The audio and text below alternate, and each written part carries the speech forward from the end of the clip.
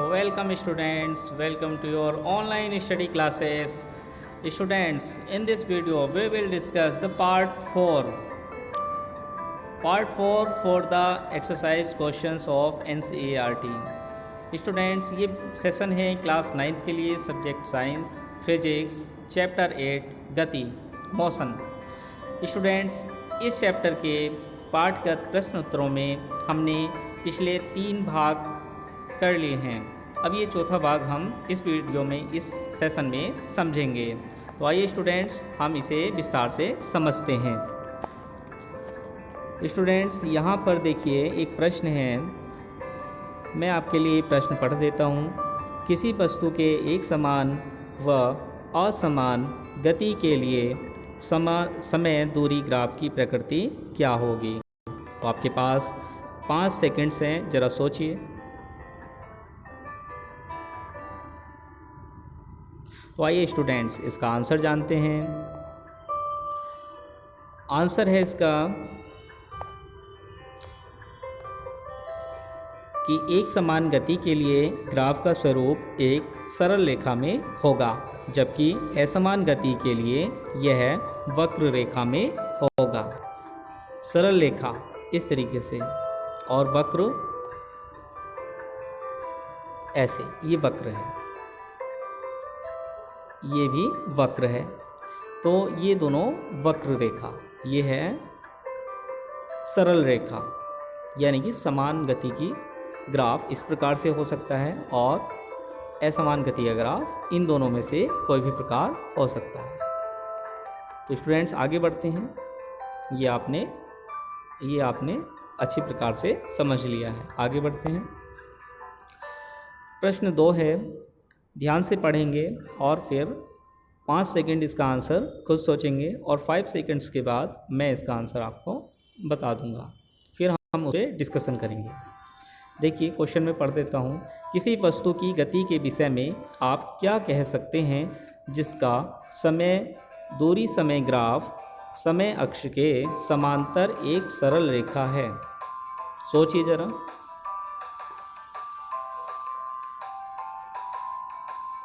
तो आइए स्टूडेंट्स इसका आंसर देखते हैं।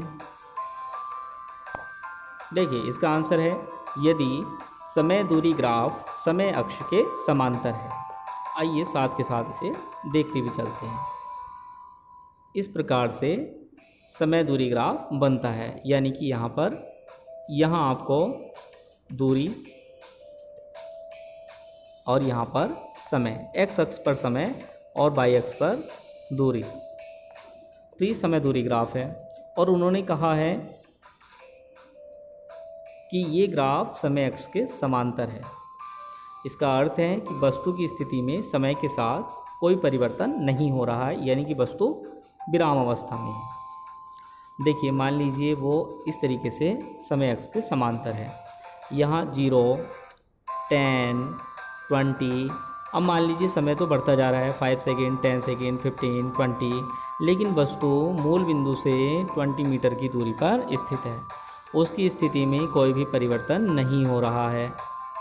इसका मतलब ये हुआ जो वस्तु है वो अपनी जगह स्थिर है, मूल बिंदु से समान दूरी पर है।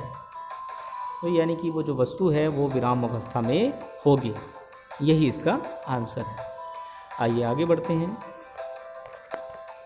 आगे बढ़ते हैं और प्रश्न 3 की ओर, प्रश्न 3 को पढ़ते हैं। देखिए यहाँ लिखा है, किसी वस्तु की गति के विषय में आप क्या कह सकते हैं जिसका चाल समय ग्राफ समय अक्ष के समांतर एक सरल रेखा है? जरा सोचिए।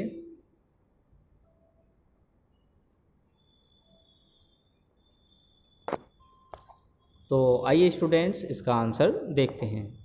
इसका आंसर है यदि चाल समय ग्राफ समय अक्ष के समांतर एक सरल रेखा है तो वह वस्तु एक समान चाल से चल रही है, क्योंकि समय बढ़ने पर चाल में कोई परिवर्तन नहीं हो रहा है।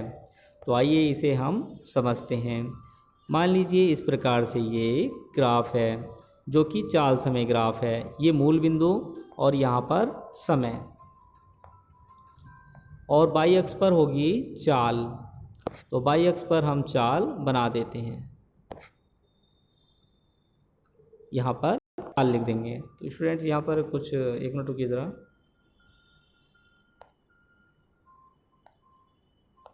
समझते हैं कि यहाँ पर मान लीजिए जो चाल है वो कह रहे हैं कि समय अक्ष के समांतर है। तो यहाँ समय अक्ष यानी कि एक्स अक्ष यानी कि ये है और इसके समांतर है, यानी कि इस तरीके से है। मान लीजिए यहाँ पर 10 है वैल्यू, इट मीन्स जो चाल है वो 10 मीटर पर सेकेंड है। यहाँ 5 सेकेंड, 10 सेकेंड, 15, 20, 25 जितने भी समय के पश्चात हम वस्तु की चाल को ऑब्ज़र्व कर रहे हैं वो एक समान रहती है, 10 मीटर पर सेकेंड ही रहती है। इसका मतलब ये हुआ वस्तु एक समान चाल से चल रही है, उसकी चाल में कोई परिवर्तन नहीं हो रहा है। तो इसका आंसर ये है, चाल में कोई परिवर्तन नहीं होता है। आगे बढ़ते हैं स्टूडेंट्स अगले प्रश्न की ओर। नेक्स्ट क्वेश्चन स्टूडेंट्स ये है कि वेग समय ग्राफ के नीचे के क्षेत्र से मापी गई राशि क्या होती है। आपके पास 5 सेकेंड्स हैं, ज़रा सोचिए।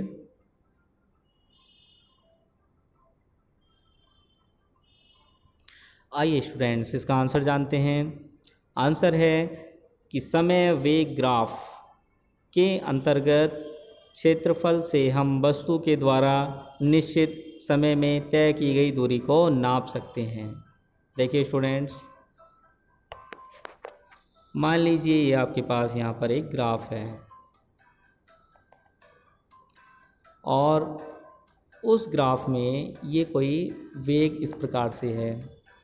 यहाँ पर वेग है, ये वेग है और ये समय है। वेग समय ग्राफ में जो ग्राफ के नीचे का क्षेत्रफल है उसका जो क्षेत्रफल हम निकालते हैं, इट मीन्स क्षेत्रफल में दो राशियों की मल्टीप्लाई होती है, वेग और समय की मल्टीप्लाई होती है। तो यदि हम वेग और समय की मल्टीप्लाई करते हैं,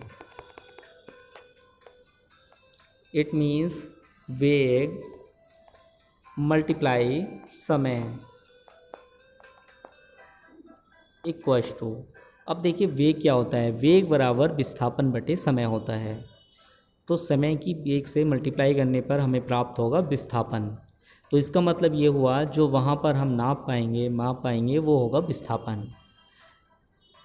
कई बार विस्थापन और दूरी बराबर होती है, तो विस्थापन और दूरी तो तय की गई दूरी को नाप सकते हैं।